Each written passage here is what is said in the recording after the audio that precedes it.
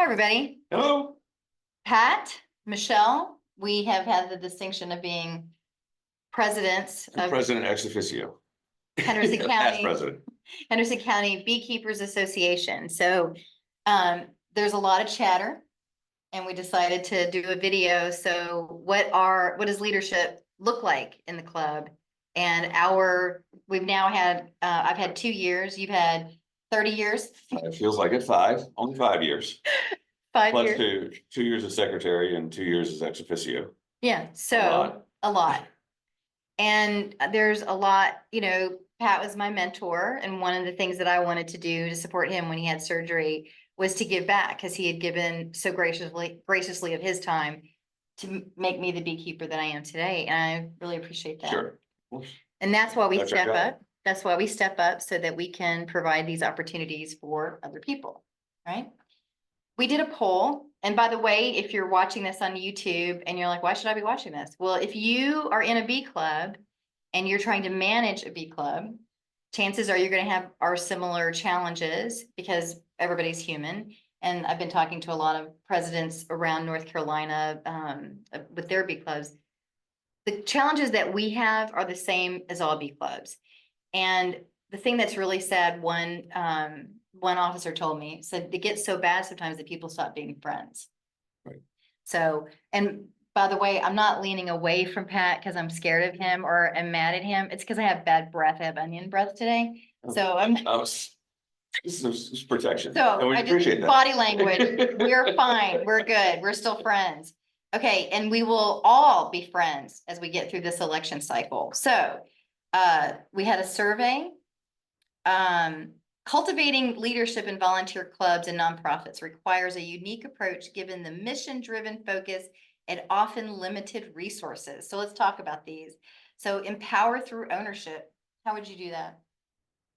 Well, we'd like to get people involved in the club. If they're in the club, and we find that as people get more involved in the club, they feel like they want to be a part of it, and that's where they get their ownership from. Is they may come to B school and then they go to the apiary, and then they really like the apiary. And we've had several people that have taken ownership of the apiary with Antoine to help him out, which has been great. Yeah. And that's how we get people to step up to serve in the club. Is if they appreciate the bee school and they're enjoying their beekeeping experience, then they want to make it, as you teach others, it becomes fun. And that's Yeah. what makes it fun. And I think that, one of the things that when I became president, when you had your surgery, I thought, well, how could we create ownership through the board?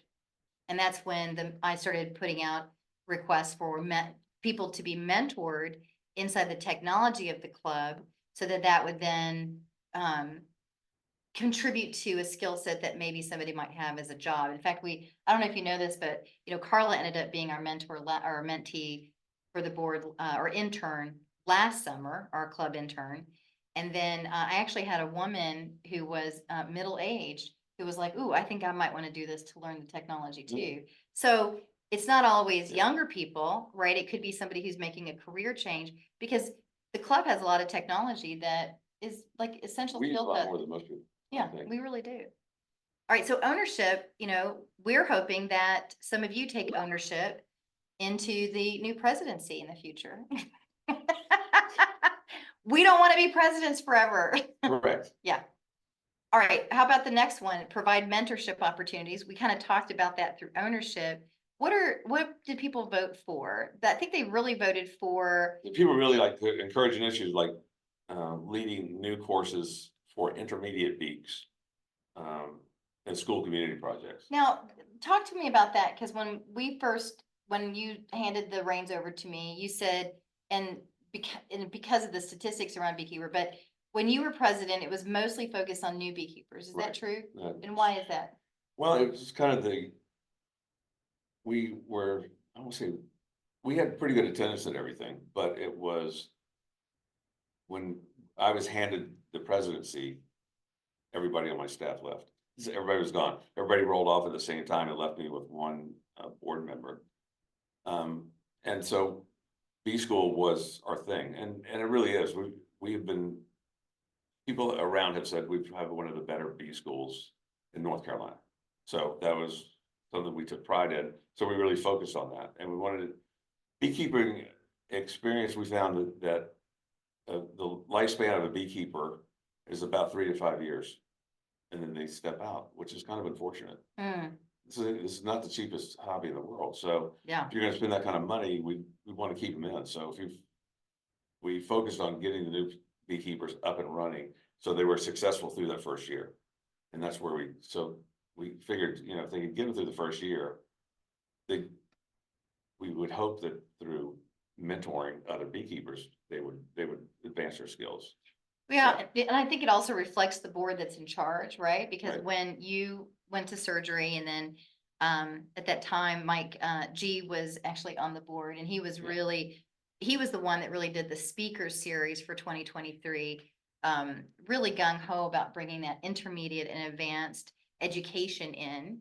And so I really want to credit him for that.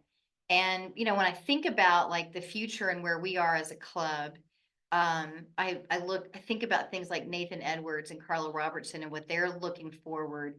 I really want to empower that, right? I Right. personally want a master beekeeper pathway. Right, I personally want the certified honey stuff and all that goodie, right? But we have to have people to come up and actually lead that in the club. right, When we look at the survey that I took last year of the members, you know, top priority B school, top priority B school. So, and then second priority apiary, third priority, believe it or not, is educating the public, right? And especially politicians about what we need as beekeepers. So that's one of the reasons why I went out to, because last year the Henderson County Commissioners were putting together the 20-year plan. And I was speaking at those meetings on our Right. behalf. That's the Yeah. reason why I did that, was because because it was a priority by our people. So, you know, the other thing that I thought was really interesting, if we look at, what people really wanted, they actually wanted networking opportunities like potlucks and socials. And some people were like, we shouldn't have socials or we shouldn't have potlucks or things like that. I think it allows for camaraderie and getting to know I each other. What do you think? ASOS is great. I mean, I like beer, so that helps. Yeah. Like my husband. Let's just be honest. But we were getting together on our own, you know, onesie and twosie kind of thing. The bringing everybody together was a great idea because we talk not only bees, but we just talk, you know, so we Yeah. become friends. As you become friends, then it kind of keeps it gives a little glue to the organization, I think. It does Yeah. good glue. Now, it is, but the potlucks, you weren't really a big fan of the potluck suggestion, but how do you feel about it now? I mean, they seem to draw in people. You know, it's a little time crunch. That was my thing. It was like, okay, we only got a short window. Not everybody's gonna get off work on time, Right? but people are showing up. and People that's- are showing up there, and then we got fried chicken every single time. Yeah. But people are bringing their own food, right? So- I think Gary said last time, he's like, we need more main dishes. So he's like already thinking about that. So Okay. we won't be, potlucks or potlucks. That's Okay, why they're right. called potlucks. Yeah. Okay. You know, my big thing was acknowledgement, prizes and whatnot. People didn't really care too much about that. Never been on them. They're not too much about autonomy. I was like giving directors their own ownership, like, you know, I told Dan, I said, just let me know if you need me for B school and you go at it, same thing, but people don't think that that's a really great way to, lead a club. They do like the train and develop. They do like having volunteer Develop. opportunities, right? Last year I brought in that Duke professor to help us with, and we put in a code of conduct for volunteers. So, you know, what types of opportunities, can we have for people to step into leadership? What do you think about that? I think that we've really made strides in the last year about that. Well, I mean, we got a full board, almost. I mean, you always, I've kept a full board for the majority of my presidency, for sure, coming and going, but I'll pluck somebody or they'll come up, and we've been using communication to draw that in. And I want to acknowledge everybody who has stepped up, and really has served. It hasn't always been easy for people. They've got jobs and families and whatnot. We're looking at ways to make our communication more, expedited. Right. Let's just be yeah. professional about it. Okay. Confined so that we can all be together and really work through a problem rather than there's 1,000 conversations going on. one of the things I think that happened this year is we went from monthly board meetings to the board wanted to do every other month. I think that's really impacted our communication. Interestingly enough, other B school, clubs around the state have quarterly board meetings. Our bylaws don't call for a lot of meetings. Yeah, You know, they look So- at an annual meeting, you know, type thing. But right. The way the club is supposed to run is by committees. So which I was kind of surprised that nobody really cared about that on your survey, Right. right? It's because the idea is that not everybody is burdened with the whole job, with doing everything. So each committee should run. But I think that if you enjoy the club, if you enjoy what the club provides, you need to realize it doesn't happen organically. It just doesn't happen. I mean, without people like Michelle and And you. Carla and everybody who throws in, we have a Jane. small core of volunteers, and Antoine always says that it used to be 80-20, then it went to 90-10, and now he says it's about 97-3, meaning 3% of the people are doing the work of the club. We need everybody to contribute a little bit Yeah, instead of a few of us contributing a lot. word. Yeah, for sure. So how do we encourage initiative, which is another one that we really wanted to, let's end on that one, huh? Really like encourage initiative and succession planning. That's, that wasn't even, nobody even really cared about the succession planning on the That's the survey. thing that you and I panic about the most. That's right. It's because there's not always someone standing in the wings waiting. I Yeah, mean, I was going out for my third foot surgery, and nobody was coming in. They knew I was leaving, and nobody was going, Yeah. yeah, I'll stand up. And I had your back. well, and Ricky Manning said he would, but he lives in on the other side of Asheville, and his health was being challenged. And like I said, it's not a good fit right now, brother. He's got Yeah. and Michelle said, I come in through the front door, you had just been. stop. Yeah, I was like, what's going on with the bee club? I'll be the president. How hard could that be? Yeah, Right? Yeah. So, but yeah, maybe infuse a bit more fun. Yeah. Little less heartache, and Yeah. everybody will then, I think that it just communication, my father always taught me he says, as long as you're communicating, you'll get to the other side, and then we'll always remain friends. And I think that that's most important. It did sadden me that when I was talking to the other president, was on the other side of North Carolina, that like lifelong friends. Yeah. And then something over the board Blew blew them apart. That's ridiculous, people. That's like third grade stuff. I mean, Right. that's ridiculous. So, let's all put our, as my husband always says, let's,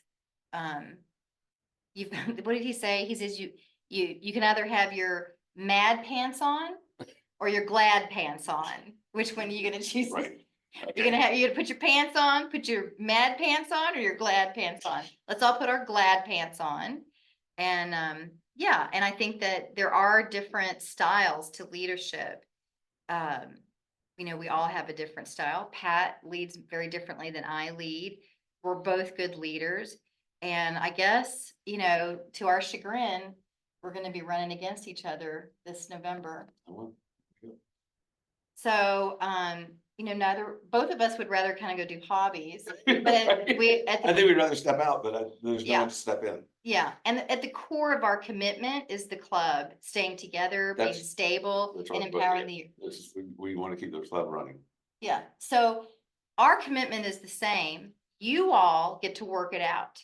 You get to choose, and if there's additional people who step up for leadership, you're gonna be put on the slate. So, thanks for being with me. No problem. Thanks for being my mentor. Sure. See you guys. Salt with bees. Bye, everybody. And thanks for being partners in pollinator protection.